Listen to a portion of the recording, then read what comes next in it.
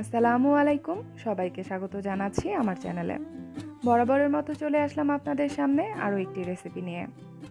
আজকে বানিয়ে দেখাচ্ছি ময়দা আর কলা দিয়ে মজাদার একটি স্ন্যাক্স। আজকে যেটা বানাচ্ছি এটা মূলত ইন্দোনেশিয়ান একটি স্ট্রিট ফুড।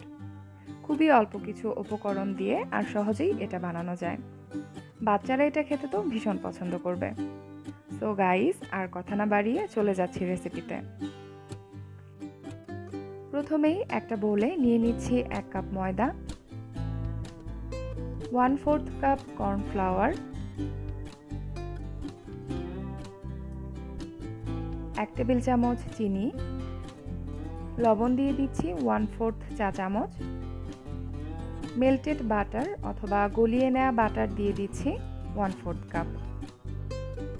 বাটারের পরিবর্তে চাইলে ডালডা অথবা তেল ব্যবহার করতে পারেন, তবে তেলটা না দেওয়াই ভালো, কারণ তেল দিলে এই স্ন্যাক্সের আসল টেস্টটা পাওয়া যাবে না।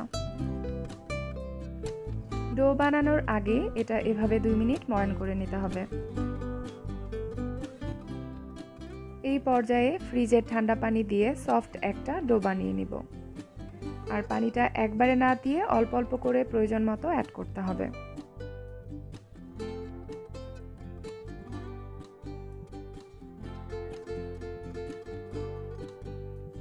একটু সময় নিয়ে ডোটা খুব ভালোভাবে মথে নিতে হবে।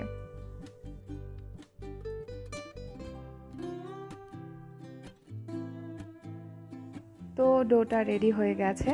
এখন এর ওপরে একটু তেল মেখে ঢেকে রেখে দিব কমপক্ষে 30 মিনিটের জন্য।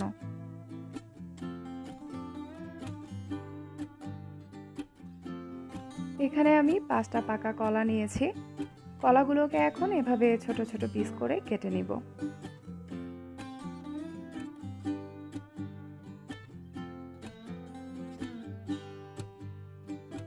তো 30 মিনিট হয়ে গেছে। এখন প্রথমেই ময়দার ডো থেকে ছোট ছোট লেচি কেটে নিব।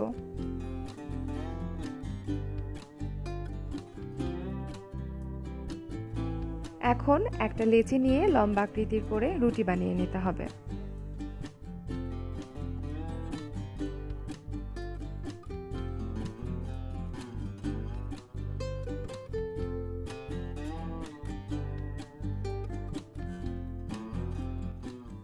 মোটামুটি পাতলা করে একটা রুটি বানিয়ে নিয়েছি, আর রুটির 4-5টা ছুরি দিয়ে কেটে সমান করে নিচ্ছি।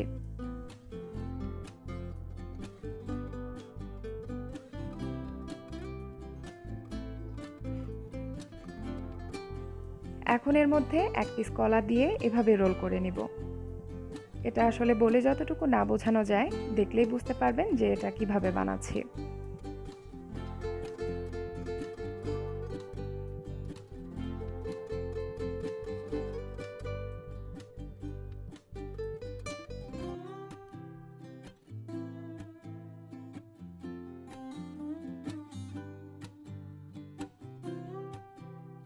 তো এভাবে একটা বানিয়ে নিলাম। এখন একইভাবে বাকিগুলোও বানিয়ে নিব।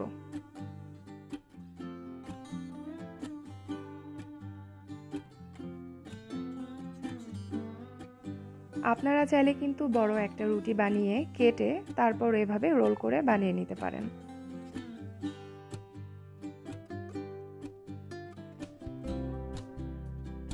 সবগুলো বানিয়ে নিয়েছি, এখন এগুলো ভাজার পালা। ভাজার জন্য চুলায় একটা ফ্রাই প্যান দিয়ে পরিমাণ মতো তেল দিয়ে দিচ্ছি। তেলটা মিডিয়াম গরম থাকা অবস্থায় এগুলো দিয়ে দিচ্ছি। তেলটা কিন্তু কোনোভাবেই বেশি গরম করা যাবে না। প্রথম পর্যায়ে চুলাটা লো ফ্লেমে রেখে এগুলো ভেজে নিব 3 থেকে 4 মিনিট।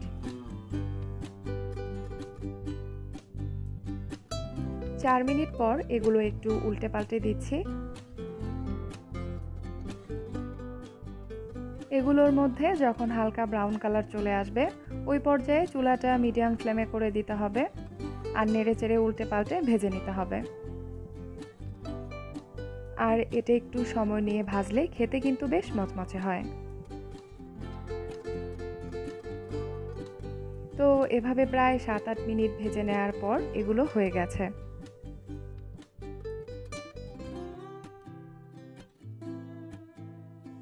সো গাইস, আমার রেসিপিগুলো ভালো লেগে থাকলে আমার চ্যানেলটিকে সাবস্ক্রাইব করুন, সেই সাথে লাইক কমেন্ট করুন এবং চাইলে আমার ভিডিওগুলো শেয়ারও করতে পারেন আপনাদের ফ্রেন্ডস অ্যান্ড ফ্যামিলির সাথে।